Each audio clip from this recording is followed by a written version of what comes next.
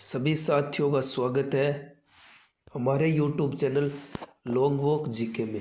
साथियों, आज हम भौतिक विज्ञान कंप्लीट भौतिक विज्ञान के बारे में बात करने वाले हैं। 15 या 20 मिनट का हमारा सेशन होने वाला है। जो मेरे हाथ से नोट्स बनाए गए हैं आज उनमें से ही भौतिक विज्ञान कंप्लीट भौतिक विज्ञान आपको बताने वाला हूँ। इससे बाहर है वो भौतिक विज्ञान से आपका 1% भी बाहर नहीं जाएगा, ये मेरा वादा है साथियों। और साथियों, अगर मेरे द्वारा दी गई जानकारी अगर आपको अच्छी लगती हो तो आप वीडियो को लाइक करें और कमेंट करके ज़रूर बताएं कि आपको वीडियो कैसा लगा। मेरे द्वारा जो भी मेरे द्वारा जानकारी दी जाती है वो आपको कैसी लगती है वो भी आप कमेंट करें और आप अपने दोस्तों में शेयर करना मत ही भूलें। और सबसे पहले तो चैनल को सब्सक्राइब कर देना, क्योंकि साथियों आपके छोटे भाई का ही चैनल है।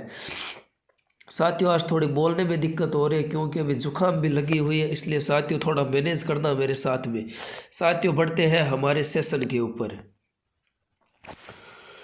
सबसे पहले भौतिक विज्ञान में बात करेंगे। भौतिक विज्ञान के अंदर सबसे पहले आवर्ती का मात्रक हर्ट्ज होता है, दूरी मापने की इकाई पारसेक होती है। और इसी भौतिक विज्ञान के अंदर लगता है एक साथियों एक टॉपिक लगता है कार्य ऊर्जा शक्ति। कार्य ऊर्जा शक्ति टॉपिक में जो भी मोस्ट इम्पोर्टेंट है वो मेरे नोट्स के अंदर ऐड किए गए हैं।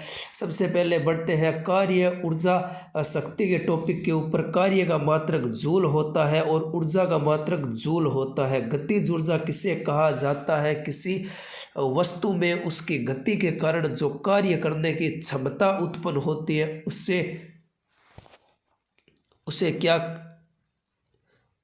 उसे क्या कहा जाता है?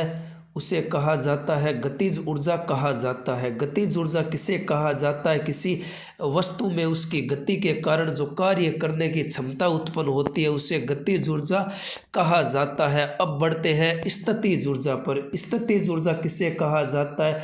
तो साथियों, स्थितिज ऊर्जा उसे कहा जाता है जब किसी वस्तु में विशेष स्थिति के कारण जो कार्य करने की क्षमता उत्पन्न होती है। जब किसी विशेष स्थिति में जो कार्य करने की क्षमता उत्पन्न होती है उसे स्थितिज ऊर्जा कहा जाता है। और साथियों उसके बाद में ऊर्जा संरक्षण का नियम किसे कहा जाता है? तो ऊर्जा संरक्षण का नियम, ऊर्जा न तो नष्ट हो सकती है और न ही उत्पन्न की जा सकती है, यह ऊर्जा संरक्षण का नियम है। शक्ति का मात्रक क्या होता है? शक्ति का मात्रक वोट अश्व शक्ति होता है। और इसी में ही एक नोट करके लिखा गया है कि यदि पृथ्वी अपनी वर्तमान चाल से 17 गुणी अधिक चाल से घूमने लगे, मतलब पृथ्वी यदि अपनी वर्तमान चाल से जो अभी वर्तमान में पृथ्वी चल रही है, अगर पृथ्वी उससे 17 गुना अधिक चाल से घूमने लग जाए तो भूमध्य रेखा पर रखी हुई वस्तु का भार है वो शून्य हो जाएगा। उसके बाद में वायुमंडलीय दाब का मात्रक बार है। वायुमंडलीय दाब को बैरोमीटर कहा जाता है और अपेक्षिक घनत्व को हाइड्रोमीटर में मापा जाता है। और पृष्ठ तनाव का मात्रक किसे कहा जाता है? न्यूटन मीटर को। पृष्ठ तनाव का मात्रक है वो न्यूटन मीटर को कहा जाता है। सभी विद्युत चुंबकीय तरंगे है वो फोटोन की बनी होती है। फोटोन की बनी होती है। जो सभी विद्युत की चुंबकीय तरंगे हैं वो सभी है वो फोटोन की बनी हुई है। फोटोन की बनी हुई है। बढ़ते हैं आगे। अब बढ़ते हैं उष्मा वाले चैप्टर पर। उष्मा के चैप्टर में उष्मा का मात्रक जूल है, कार्य का मात्रक जूल है और तापमापी का अर्थ होता है ताप को मापने वाले को ही क्या कहा जाता है? तापमापी कहा जाता है। सेल्सियस पैमाने का आविष्कार है वो सेल्सियस ने किया था, जो स्वीडन के रहने वाले थे। और सेल्सियस पैमाने का हिमांक जो निश्चित ताप पर होता है वो 0 डिग्री सेल्सियस होता है। और फ़ारेनहाइट पैमाने का आविष्कार है वो फ़ारेनहाइट ने किया था इसका आविष्कार। और यह निश्चित ताप पर इसका हिमांक है वो 32 डिग्री फ़ारेनहाइट होता है। एग्जाम में इन दोनों का कंपैरिजन ही पूछा जाता है कि निश्चित ताप पर हिमांक है वो सेल्सियस पैमाने का तो 0 डिग्री होता है और फ़ारेनहाइट पैमाने का कितना होता है 32 डिग्री फ़ारेनहाइट होता है निश्चित ताप पर। अब रोमर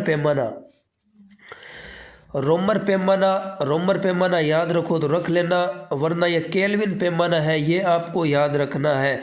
जैसे सेल्सियस पैमाना, सेल्सियस के बारे में मैंने बताया था कि हिमांक है वो 0 डिग्री सेल्सियस पर और फ़ारेनहाइट में 32 डिग्री फ़ारेनहाइट, और हिमांक है वो केल्विन पैमाने का कितना होता है 273 केल्विन होता है। पारा किसे कहा जाता है? पारा है वो -39 डिग्री सेल्सियस पर जमता है। इसका ताप मापने के लिए एल्कोहल तापमापी का प्रयोग किया जाता है और एल्कोहल का आविष्कार जो पारे का आविष्कार है वो फ़ारेनहाइट ने किया था। किसने किया था? पारे का आविष्कार है वो फ़ारेनहाइट ने किया था। अब बढ़ते हैं आगे। उसके बाद में है पूर्ण विकिरण उत्तापमापी किसे कहा जाता है? इस तापमापी से दूर स्थित वस्तुओं के ताप को मापा जाता है, जैसे सूर्य का ताप भी मापा जाता है पूर्ण विकिरण उत्तापमापी से। यह तापमापी स्टीफेन के नियम पर आधारित है और विशिष्ट ऊष्मा का मात्रक है वो होता है जूल किलोग्राम -1 केल्विन -1। यह होता है विशिष्ट ऊष्मा का मात्रक। जल को 0 डिग्री से 4 डिग्री सेल्सियस तक गर्म करने पर आयतन में घटता है तथा 4 डिग्री के बाद में गर्म करने पर आयतन बढ़ता है। इसका अर्थ है कि 4 डिग्री सेल्सियस पर ही जल का घनत्व अधिक होता है। यही प्रश्न एग्जाम में पूछा जाता है कि जल का घनत्व है वो अधिक होता है, तो कब उसको गर्म करने पर अधिक होता है? तो 4 डिग्री सेल्सियस पर जल को गर्म करने पर इसका ताप है वो जो घनत्व है जल का वो अधिक होता है। ठोस में ऊष्मा का संचरण, जो ठोस पदार्थों में ऊष्मा का जो संचरण है वो चालन विधि से होता है। किससे होता है? चालन विधि से होता है। और क्वथनांक व संघनन का ताप है वो समान होता है। वायुमंडल गर्म है वो संवहन विधि के द्वारा होता है और गुप्त ऊष्मा का मात्रक है वो जूल प्रति किलोग्राम है। उसके बाद में चैप्टर बात करते हैं प्रकाश के बारे में। प्रकाश चैप्टर के बारे में जो भी जितनी भी बातें आने वाली है आप बने रहिए इसी प्रकार हमारे साथ में। सबसे पहले प्रकाश है वो विद्युत प्रभाव है। क्रॉम्पटन सिद्धांत की व्याख्या है वो ये बात आइंस्टीन ने की थी और प्रकाश के वेग की गणना सबसे पहले रोमर ने की थी। सूर्य से पृथ्वी तक प्रकाश को आने में 8 मिनट और 16 सेकंड लगता है। आकाश का नीला रंग है वो प्रकाश के प्रकीर्णन के कारण होता है। उसके बाद में प्रकाश अपवर्तन से होने वाली घटनाएं कौन कौन सी है? एक तो जल में डूबी हुई छड़ का टेढ़ा दिखाई देना और तारे टिमटिमाते हुए दिखाई देना।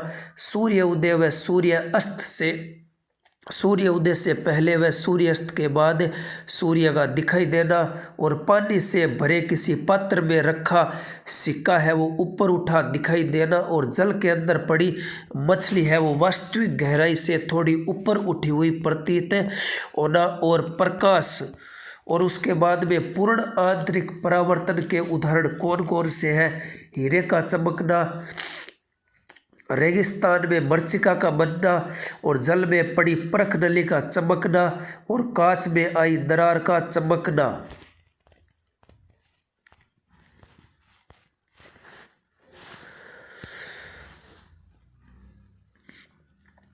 और साथियों प्राथमिक रंग कौन कौन से हैं ये भी प्रश्न है वो एग्जाम में पूछा जाता है। लाल हरा नीला, ये क्या है? लाल हरा नीला ये है वो प्राथमिक रंग होते हैं। विद्युत विभव का मात्रक वोल्ट होता है। विद्युत धारिता का मात्रक फेराड होता है। वोल्टियस सेल का आविष्कार 1799 प्रोफेसर एलिजांडा वोल्टा ने किया था। बढ़ते हैं चैप्टर विद्युत धारा के ऊपर। विद्युत धारा का मात्रक एम्पियर है और प्रतिरोध का मात्रक ओम है। चालकता का मात्रक सीमेन है। विद्युत शक्ति का मात्रक वोट है। एमीटर किसे कहा जाता है? विद्युत धारा को एम्पियर में मापने के लिए एमीटर का प्रयोग किया जाता है। यह सदैव है वो श्रेणी क्रम के अंदर एमीटर लगाया जाता है। उसके बाद वोल्ट मीटर सदैव समानांतर क्रम में लगाया जाता है। विद्युत फ्यूज के अंदर टिन है वो जो टिन होता है 63% होता है और शीशा है वो 37% होता है। तब जाकर है वो विद्युत फ्यूज का निर्माण होता है। अब है वो हमारा चैप्टर परमाणु भौतिकी। परमाणु में प्रोटॉन व इलेक्ट्रॉन की संख्या समान होती है। प्रोटॉन की खोज है वो गोल्डस्टीन ने की थी। न्यूट्रॉन की खोज चैडविक ने की थी और इलेक्ट्रॉन की खोज है वो जे थॉमसन ने की थी। उसके बाद में तंतु टंगस्टन का एक पतला तार होता है जिस पर बेरियम ऑक्साइड का लेप होता है।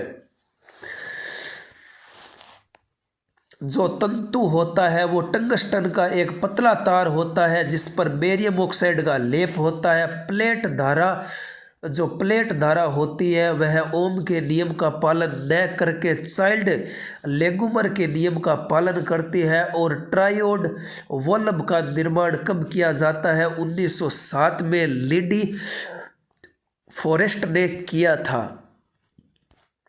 ट्रायोड वल्ब का निर्माण। और दाता किसे कहा जाता है? 5 संयोजी अपद्रव्य को दाता कहा जाता है और 3 संयोजी अपद्रव्य को ग्राही कहा जाता है। और डोपिंग किसे कहा जाता है? अपद्रव्य को मिलाने की प्रक्रिया को डोपिंग कहा जाता है। उसके बाद में अति चालकता की खोज है वो 1911 में कैमरलिन ओन्स ने की थी। भारत सरकार ने 1911 में राष्ट्रीय अति चालकता विज्ञान व तकनीकी बोर्ड की स्थापना 1911 में की थी। भारत सरकार के द्वारा अति चालकता विज्ञान व तकनीकी बोर्ड की स्थापना। रेडियो सक्रियता अब है चैप्टर हमारा रेडियो सक्रियता की खोज है वो हेनरी बेकरल व पी क्यूरी व एम क्यूरी ने की थी। इस खोज के लिए इन तीनों को जॉइंट रूप से नोबेल पुरस्कार मिलता है। रेडियम की खोज है वो रॉबर्ट पीरे व मैडम क्यूरी ने की थी। रे से रॉबर्ट पीरे और मैं से मैडम क्यूरी ने रेडियम की खोज की थी। रेडियो सक्रियता से निकलने वाली किरणों की सर्वप्रथम पहचान है वो 1902 के अंदर रदरफोर्ड ने की थी। और रेडियो सक्रियता का मापन है वो जीएम काउंटर से किया जाता है। जीएम काउंटर से रेडियो सक्रियता का मापन किया जाता है। अब बढ़ते हैं आगे। अम्र कोष्ठक का आविष्कार है वो सीआरटी विल्सन के द्वारा किया जाता है। आइंस्टीन को 1921 में भौतिकी का नोबेल पुरस्कार मिलता है। 1921 में किसे मिलता है? आइंस्टीन को। किस क्षेत्र में? भौतिकी के क्षेत्र में मिलता है। अब है हमारा चैप्टर नाभिकीय विखंडन। सबसे पहले नाभिकीय विखंडन है वो इसका प्रयोग है वो सबसे पहले नाभिकीय विखंडन का प्रयोग है वो स्ट्रासमैन व होर्न ने किया था। स्ट्रासमैन व होर्न ने किया था। उसके बाद में परमाणु बम को बनाने के लिए यूरेनियम और प्लूटोनियम का प्रयोग किया जाता है। अगर हमें परमाणु बम बनाना है तो उसके लिए हमें यूरेनियम और प्लूटोनियम की ज़रूरत पड़ने वाली है। और इसी परमाणु बम का सबसे पहले प्रयोग है वो दूसरे विश्व युद्ध के दौरान अमेरिका ने जापान के 2 शहरों हिरोशिमा पर 6 अगस्त 1945 और नागासाकी पर 2 अगस्त 1945 को परमाणु बम गिराया था। साथियों थोड़ी बोलने में दिक्कत आ रही है, आप थोड़ा बहुत मैनेज करना, क्योंकि हमें जुकाम है वो बहुत भारी लगी हुई है। इसलिए दोस्तों आपका छोटा भाई हूँ, थोड़ा बहुत मैनेज करना आप। सबसे पहले नाभिकीय रिएक्टर विश्वविद्यालय शिकागो में बनाया गया था। प्रोफेसर फर्मी के निर्देशन में हाइड्रोजन बम का आविष्कार है वो 1952 में अमेरिका के वैज्ञानिकों ने किया था। हाइड्रोजन बम का आविष्कार है वो 1952 अमेरिका के वैज्ञानिकों के द्वारा। और श्वेत वामन तारे का सिद्धांत है वो डॉक्टर डॉक्टर सुब्रमण्यम चंद्रशेखर ने किया था। श्वेत मोहम्मद तारे का सिद्धांत दिया था। इसी के लिए 1983 में है वो डॉक्टर चंद्रशेखर को नोबेल प्राइज़ भी मिलता है। उसके बाद में अब विविध पर बढ़ते हैं भौतिक विज्ञान के बारे में। साथियों, अगर आपको यह जानकारी अच्छी लग रही है तो आप अपने दोस्तों में शेयर ज़रूर करें, वीडियो को लाइक ज़रूर करें, कमेंट करके ज़रूर बताएं कि आपको वीडियो कैसा लगा। विविध के अंदर अल्टीमीटर का प्रयोग है वो उड़ते हुए विमान की ऊंचाई मापने के लिए किया जाता है। एमीटर का प्रयोग विद्युत धारा को मापने के लिए किया जाता है। बेरोग्राफ का प्रयोग है वो वायुमंडल के दाब में होने वाले परिवर्तन को मापा जाता है। बैरोमीटर को वायु दाब मापने के लिए प्रयोग किया जाता है। कार्बोरेटर, इससे पेट्रोल व हवा का मिश्रण बनाया जाता है। और डायनेमोमीटर का प्रयोग है वो इंजन द्वारा उत्पन्न शक्ति को मापने के लिए किया जाता है। उसके बाद में फेदोमीटर का प्रयोग है वो समुद्र की गहराई को मापने के लिए किया जाता है। और गैल्वेनोमीटर का प्रयोग विद्युत धारा की दिशा व मात्रा मापने के लिए किया जाता है। ग्रेविमीटर का प्रयोग है वो पानी की सतह के अंदर तेल का पता लगाने के लिए किया जाता है। और स्क्रू गेज का प्रयोग है वो बारीक तारों के व्यास को मापने के लिए किया जाता है। रेन गेज का प्रयोग वर्षा को मापने के लिए किया जाता है। और सिस्मोग्राफ का प्रयोग है वो भूकंप का पता लगाने के लिए सिस्मोग्राफ का प्रयोग किया जाता है। अब जो भी भौतिक विज्ञान के अंदर आविष्कारक है उनसे प्रश्न है वो पूछा जाता है। एक बार उन्हें सभी के बारे में बात कर लेते हैं फटाफट।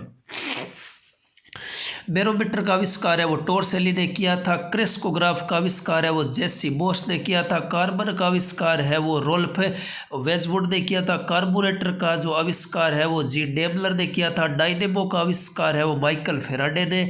और स्लाइड पैमाने का आविष्कार है वो विलियम ऑफ ट्रेड ने किया था। टेलीफोन का आविष्कार ग्राहम बेल ने किया था। और टेलीविज़न जो यांत्रिक थी उसका आविष्कार है वो जे.एल. बेयर्ड ने किया था। और जो टेलीविज़न इलेक्ट्रॉनिक आ रहा है इसका आविष्कार है वो टेलर फॉरेन स्मिथ ने किया था। और पाश्चुरीकरण